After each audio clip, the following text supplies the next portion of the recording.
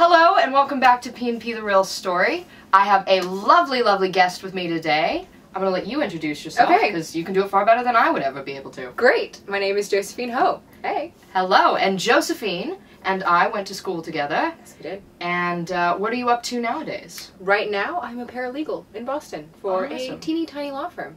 Now, I know you're not necessarily an Austen aficionado. No, I'm not. But that's okay. You do know what Pride and Prejudice is. I do know what it is, yes. Yes! Awesome. It's a start. It's definitely a start. I've heard of the Mr. Darcy coming out of the river wet.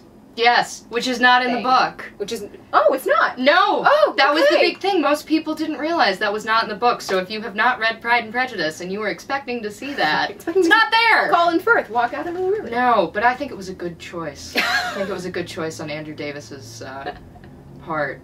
I think it brought really mass appeal to Pride and Prejudice. And made sure a lot of people stayed tuned for the long, long miniseries. So anyway, so Joe and I had the special privilege of playing primarily men in college. Oh yeah. I mean, odd, right? Yeah. I mean, I think we look like women, but apparently no one else did at our school. If you had to play one of the men folk, who would you want to play? You know, I think I would be Bingley. Bingley? And then of course there's the rogue Wickham.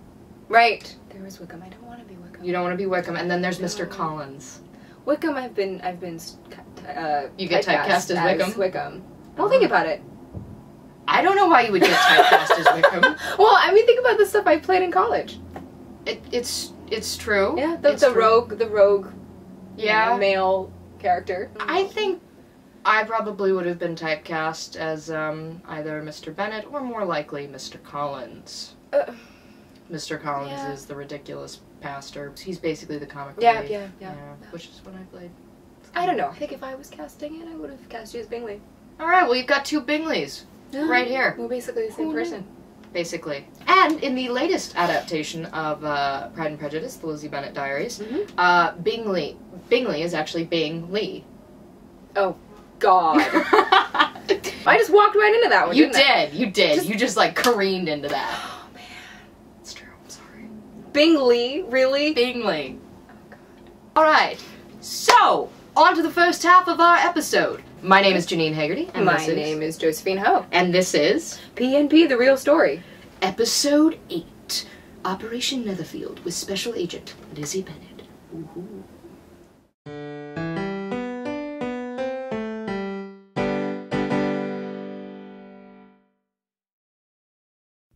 Chapter 8. At 5 o'clock, the two ladies retired to dress, and at 6:30 Elizabeth was summoned to dinner. To the civil inquiries which then poured in, and amongst which she had the pleasure of distinguishing the much superior solicitude of Mr. Bingley's, she could not make a very favourable answer. Jane was by no means better. The sisters, on hearing this, repeated 3 or 4 times how much they were grieved, how shocking it was to have a bad cold, and how excessively they disliked being ill themselves, and then thought no more of the matter. And their indifference towards Jane, when not immediately before them, restored Elizabeth to the enjoyment of all her original dislike. Their brother, indeed, was the only one of the party whom she could regard with any complacency. His anxiety for Jane was evident, and his attentions to her most pleasing, and they prevented her feeling herself so much an intruder as she believed she was considered by the others. She had very little notice from any but him. Miss Bingley was engrossed by Mr. Darcy, her sister scarcely less so, and as for Mr. Hurst, by whom Elizabeth sat, he was a very indolent man who lived only to eat, drink, and play at cards, who, when he found her to prefer a plain dish to a ragout, had nothing to say to her. When dinner was over, she returned directly to Jane, and Miss Bingley began abusing her as soon as she was out of the room. Her manners were pronounced to be very bad indeed, a mixture of pride and impertinence. She had no conversation, no style, no taste, no beauty. Mrs. Hurst thought the same, and added, "She has nothing, in short, to recommend her, but being an excellent walker. I shall never forget her appearance this morning. She really looked almost wild." "She did indeed, Louisa. I could hardly keep my countenance. Very nonsensical to come at all. Why must she be scampering about the country because her sister had a cold? Her hair so untidy, so blousy. Yes, and her petticoat. I hope you saw her petticoat, 6 inches deep in mud. I am absolutely certain. And the gown which had been let down to hide it, not doing its office. Your picture may be very exact, Louisa, said Bingley, but this was all lost upon me.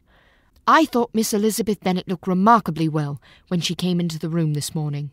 Her dirty petticoat quite escaped my notice. You observed it, Mr. Darcy, I am sure, said Miss Bingley, and I am inclined to think that you would not wish to see your sister make such an exhibition. Certainly not. To walk 3 miles, or 4 miles, or 5 miles, or whatever it is, above her ankles in dirt, and alone, quite alone. What could she mean by it? It seems to me to show an abominable sort of conceited independence, a most country town indifference to decorum. It shows an affection for her sister that is very pleasing, said Bingley. I am afraid, Mr. Darcy, observed Miss Bingley in a half-whisper, that this adventure has rather affected your admiration of her fine eyes. Not at all, he replied. They were brightened by the exercise. A short pause followed the speech, and Mrs. Hurst began again. I have an excessive regard for Jane Bennet. She is really a very sweet girl, and I wish with all my heart she were well settled. But with such a father and mother, and such low connections, I am afraid there is no chance of it. I think I have heard you say that their uncle is an attorney in Meryton. Yes, and they have another, who lives somewhere near Cheapside.